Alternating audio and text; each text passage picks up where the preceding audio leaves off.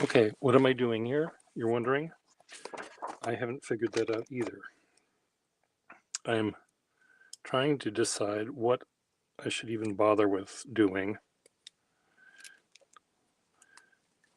I mean, I don't even know what I'm doing here. This works. I'm picking pens that I can put in a box and say,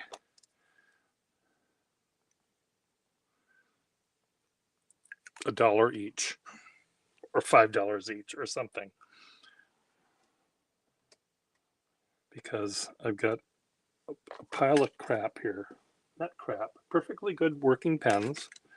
They just have steel nibs or something. Nothing wrong with this one, is there? Yes, it needs a sack. That's what's wrong with it. Should I bother putting a sack on this pen?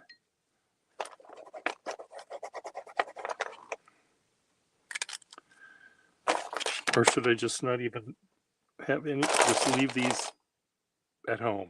What are your thoughts, people? Some of these are really, really good. Like this is a Schaefer Craftsman or whatever they called it, fine line. And this writes better than a lot of modern pens. But I don't have time to sell these pens at a pen show when I can be selling an actual flexible tip gold pen, right? So why do should I bother with these?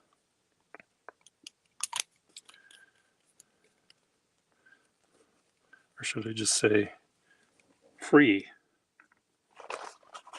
Get them out of my life. What are your thoughts, people? Free? Free? Then I'm going to have to take 5 minutes to explain to someone how a free pen works. Do I have time to do that? The answer is no. I don't have time to do that. I mean, I could take the time to do that, but do I want to take the time to do that rather than trying to sell an actual person a Skyline pen or something? This is made by the Moore Pen Company. Like,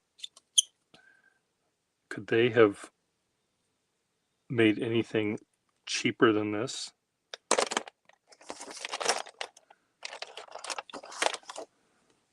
Schaefer Touchdown, medium.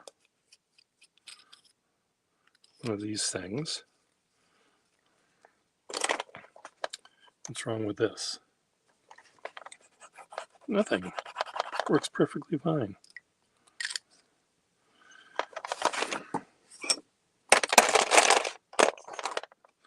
I like it. Pen shows. Here's a Pelikan 120. Is that what that is? Is that what this is? I used one of these in grad school to make a lot of artwork. Does it work? Does it function? No.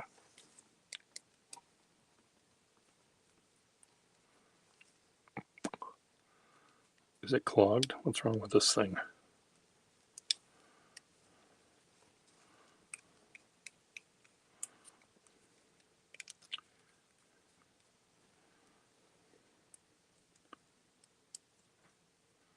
Maybe it's clogged.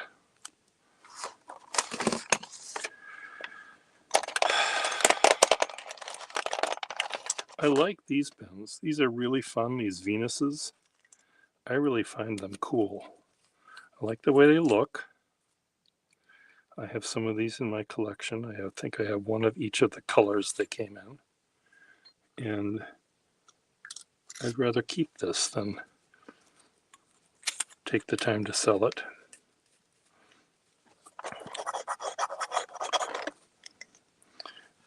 It's really sort of a fun pen, high quality. Venus, Faber rather. Faber. E. Faber, Eberhard Faber. Looks kind of neat.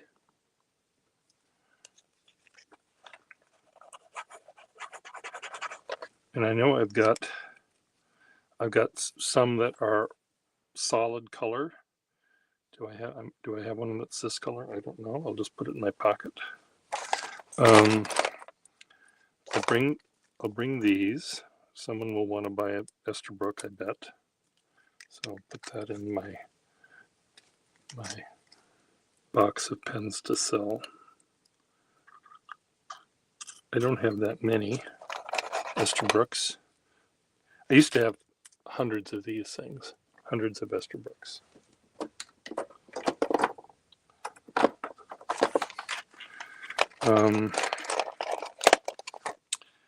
What is this? Made in USA, it says. The steel nib pens, this is a drawer full of steel nib pens, and so they're not going to do what you normally think a pen that I would like would do, but they're fine. They work perfectly fine. So I'm going to bring some of them. If someone wants to give me 10, 15 bucks for them, I'll take their 10 or 15 bucks.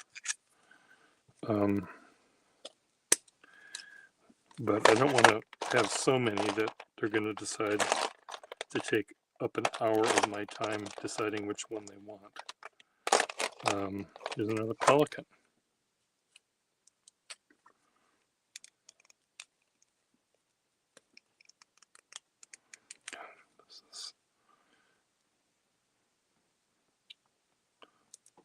This is all dried up.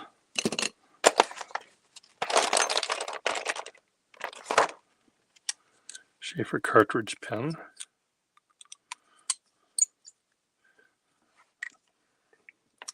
I don't know, from the 60s.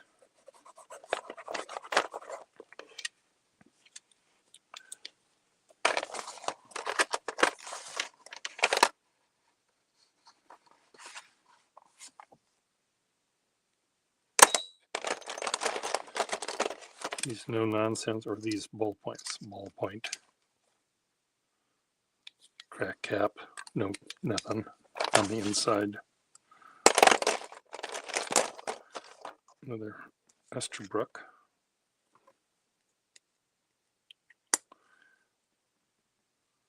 This one has a nib that's bent downwards. No one will want that.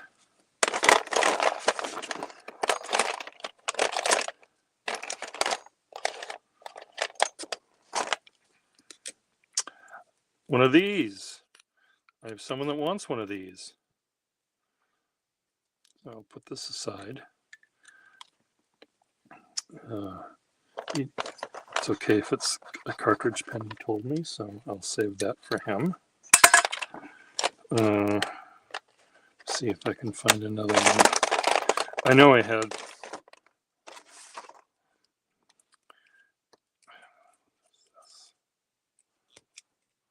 This is a fake Parker.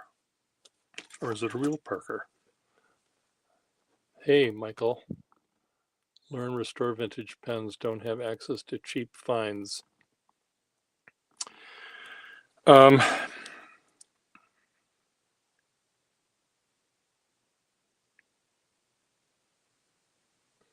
Parker Frontier, is that even a pen? Is that a real pen? Who knows anything about modern Parkers?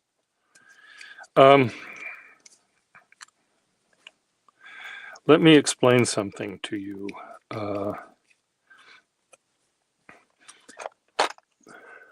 Michael.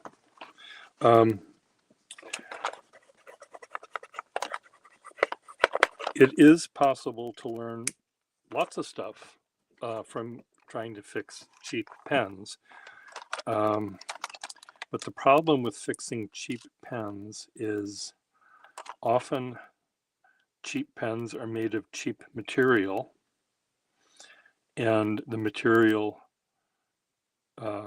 cracks easily, or the section is glued into the pen when it was manufactured.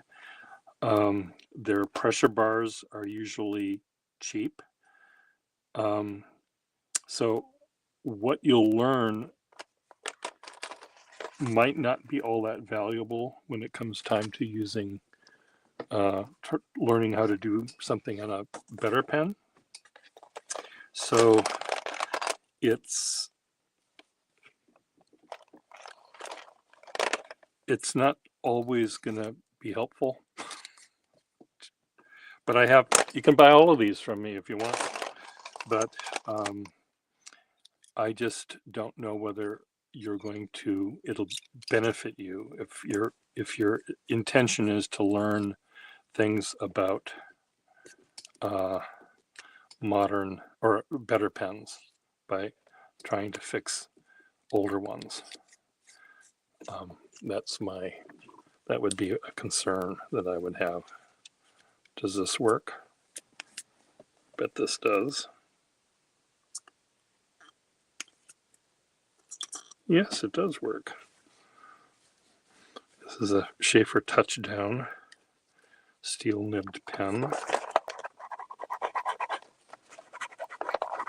It has a sack and it works, so I'll put this in my sale bin.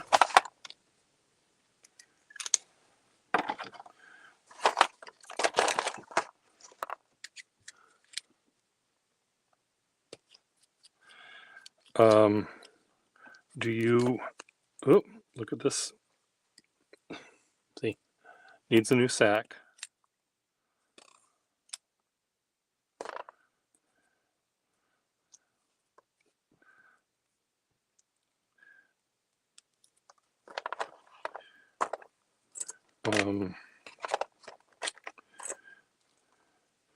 Does this work?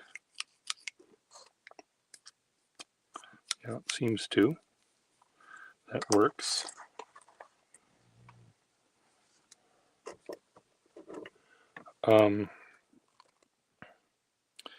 Again, why am I fixing a pen that I might sell for $20?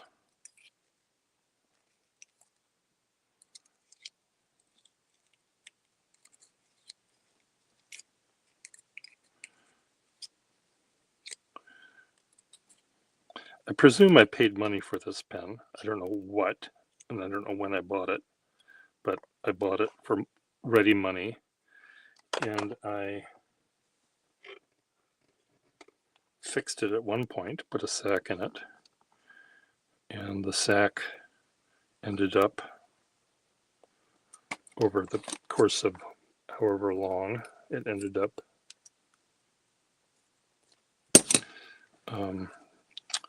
decaying, not decaying, but rotting or whatever happens to it.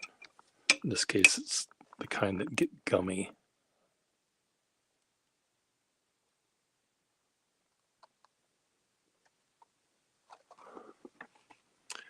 Michael, would you like to join me live? Or anyone for that matter?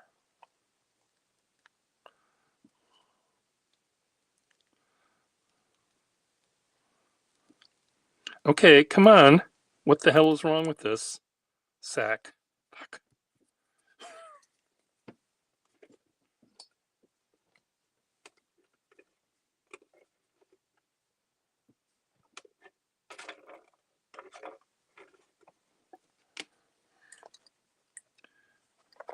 Why did that do that?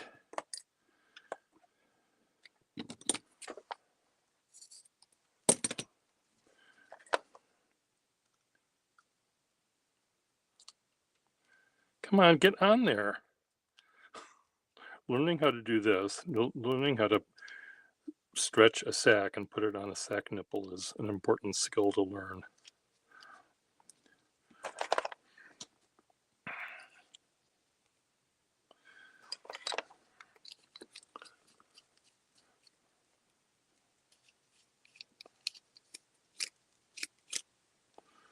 Yeah, I can hear that this one works. Here. Esterbrook. Where's the rest of this one?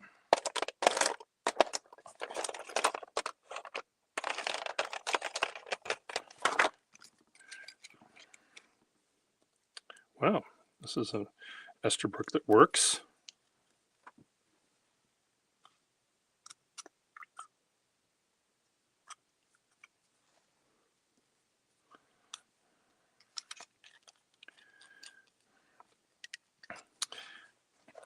Sort of Esterbrook, aromatic style Esterbrook.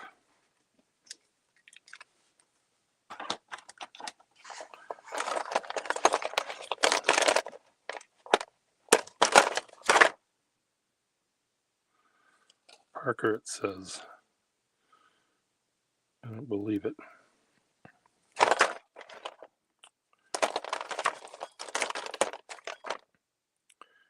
Hero.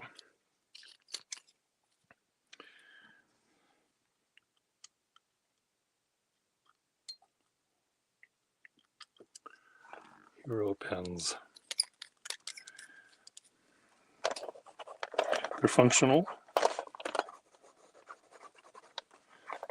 If you want a pen that writes a letter, might as well use a Hero. It'll do the trick.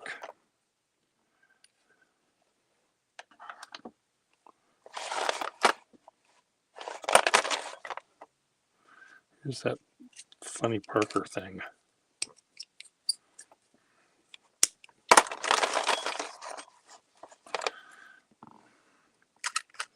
Osmoroid.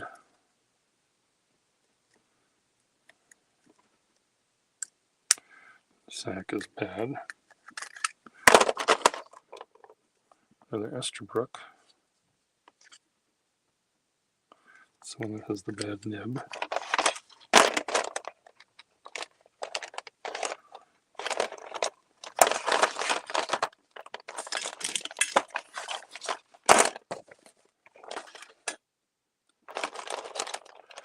Is anyone else in the room here who wants to talk to me?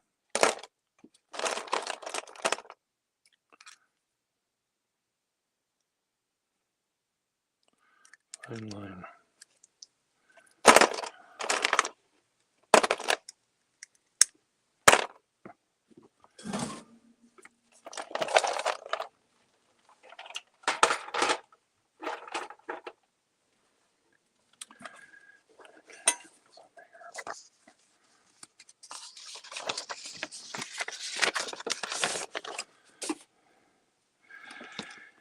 Okay, what do we have over here? We have a really fine rigid Waterman.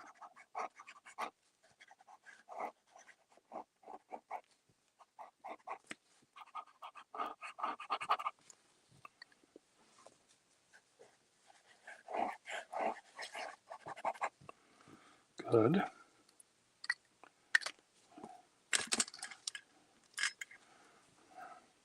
Schaefer. What's wrong with this one?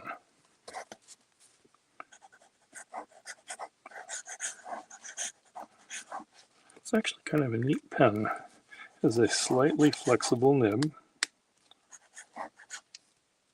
though you wouldn't think it was flexible by looking at it.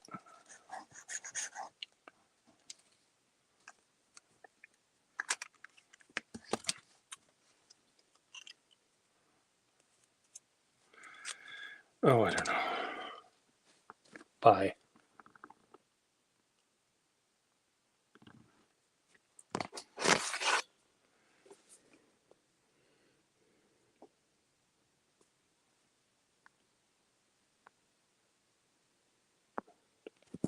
End stream.